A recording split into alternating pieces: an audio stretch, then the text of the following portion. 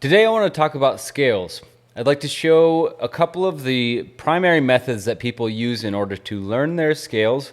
Those would be the 3-note per string patterns, there's the in-position patterns, and there's a lot of overlap between those two. They're almost exactly the same, but I'll go over the small difference between those two. And then I also want to cover two more ideas that I think are less common, but I think can be very helpful and have been really helpful in my playing. And that would be thinking of scales in single octave chunks that are movable across the fretboard, and then also looking at scales on a single string. Before I get too far, I want to mention that I'm launching a new page on my site that's going to have a bunch of free scale diagrams and stuff. So after this lesson, you can go to practicemakesbettermusic.com, look for the diagrams tab, and then click on the scales tab, and then you'll have a full diagram of every position in all 12 keys for both the in-position scales and the 3-note per string scales. So I'm going to be adding to that database as time goes on, and so I hope that is something useful that you can get something out of. So you're going to have to master your scales at some point, so you do have to choose how you're going to do it. I would suggest choosing one approach, and the approach that I used when I was learning is the 3-note per string approach, which is very self-explanatory. If I start on G here, I'm going to play up the G scale, G, A, B, C, D, E, F sharp, G, A, and I'm going to keep going playing 3 notes on each string. And so my full position ranges from G on the 6th string up to C on the 1st string.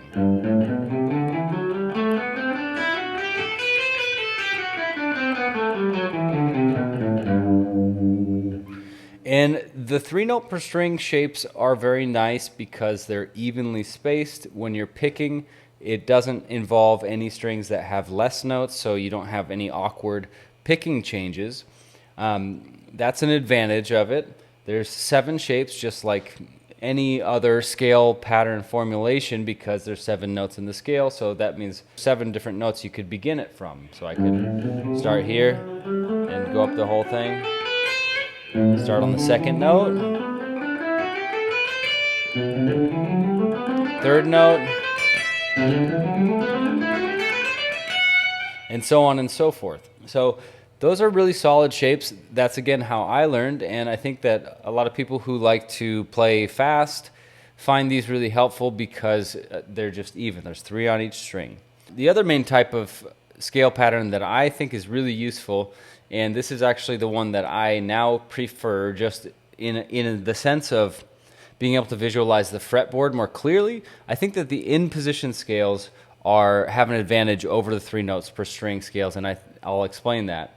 So the in-position scales are almost exactly the same, the only difference being that instead of playing 3 notes on all the strings, you're going to play 2 notes on one of the strings.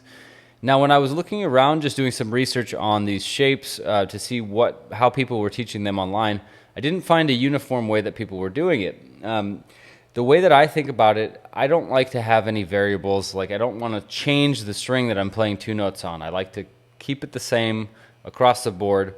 That helps me in the way that I think very systematically. And so if there's a difference between, one shape I'm playing 2 notes on the 3rd string and a different shape I'm playing 2 notes on the 4th string, I just don't like that. And I'm just not going to practice like that because it's confusing to me.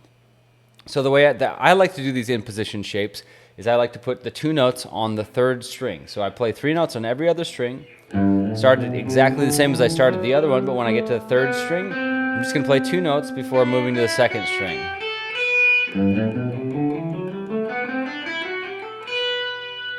And that brings me to why I think that this is more advantageous for actually being able to see the patterns of the guitar. This shape stays all in this one position. It looks like it fits really nicely with your regular bar chord. It fits in with the way that I see the neck, which is through these big 3 triad shapes. Here's one of them.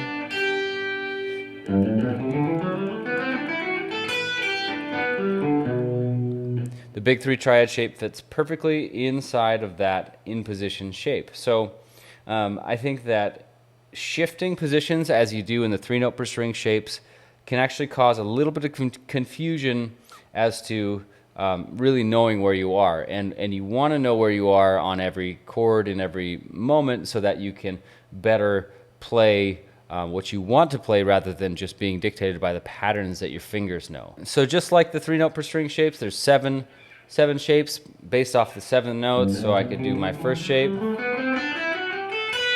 second shape, third shape, fourth shape. And I just like how these stay in one basic position. I don't have to shift around. Helps me see the patterns more clearly.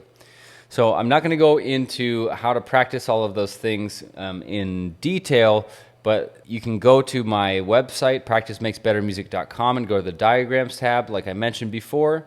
Go to the scales tab under that, and then you can download the PDF that has all 7 shapes of both the in position scales and the 3-note per string scales for all 12 keys. So if you download the PDF for the in position scales, it's got all 12 keys and all 7 positions for each of those keys. So you should just be able to download that. You can print it out, and then you could just start going through. I arrange them in the cycle of fourths, and that's a great way to practice them. So you could just start at the top and just practice through and go down. One quick practice idea, whether you're doing 3 notes per string or whether you're doing in position, a great way to practice these to get them connected together so that you're not thinking of them in isolated boxes is to go up the first scale. I'm going to do in position here. When I reach the top note of that shape, I'm going to slide up to the next note in the scale, and then I'm going to descend down the next shape. And then when I get to the bottom, I'm going to slide up to the next note in the scale and ascend the third shape. And keep going like that until I reach the end.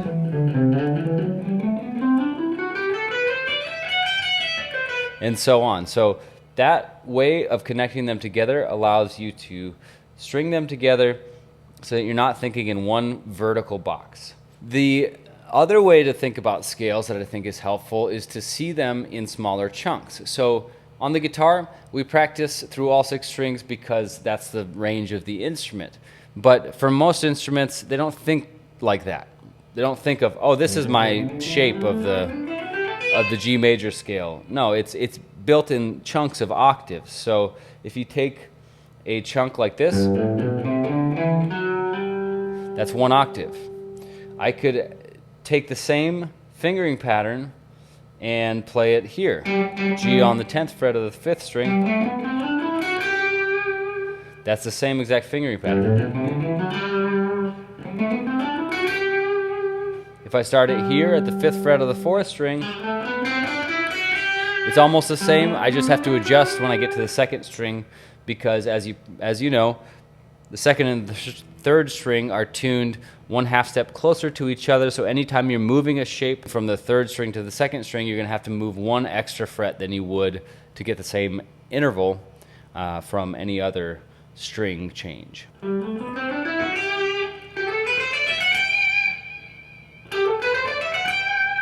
So there's all these positions where you can play a 1 octave scale.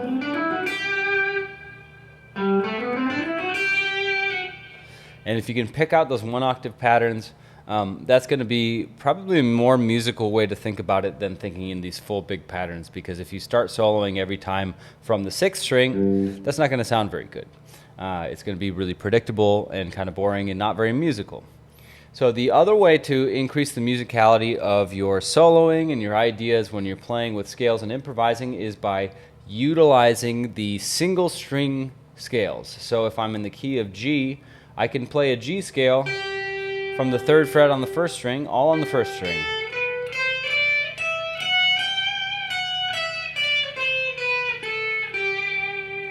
And while that might not at first sound very useful, if I practice that through all the different strings, I'm going to have a much better understanding of how I can move between the bigger shapes, and that's going to help me play more musical ideas rather than getting stuck into a box of one scale pattern.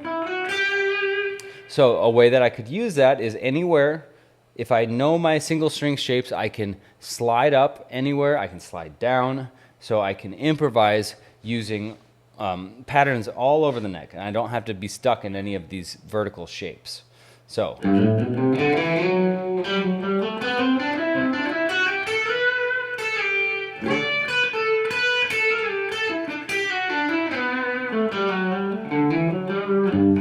You'll see when I'm doing that, I'm kind of dipping in and out of these vertical shapes, but I'm not thinking in the vertical shapes. I'm thinking horizontally. I'm really just thinking musically. I'm trying to come up with interesting sounding things, and I know that horizontal motion and vertical motion together create more interesting ideas. So to practice your single string scales, start with any key. I'm going to start with G, and I'm going to begin from the open string on each string. I'm going to start from E here and walk up to G. That's the scale I'm playing. Then I'm going to go up and down.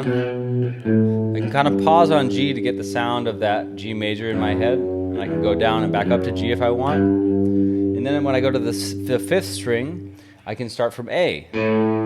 A, B, C, D, E, F sharp, G. And I can just play around the G scale on that string. And when I get to the fourth string, it's a D. It's the fifth of the G scale. So D, E, F sharp, G, A, B, C, D.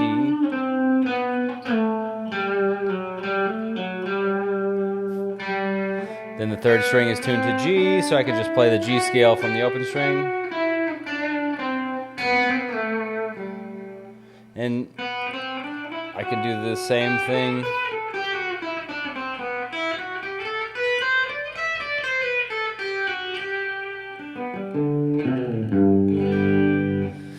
And like I said, those single string connections are going to help you add some horizontal movement to your playing and to help you switch seamlessly between these vertical shapes that are important to know as well. So when you're improvising, you don't have to be stuck in any single position, which is not going to sound good, especially if you're always playing the same one, or if you're always staying in one vertical position. You're going to want to be able to slide at any point in the scale.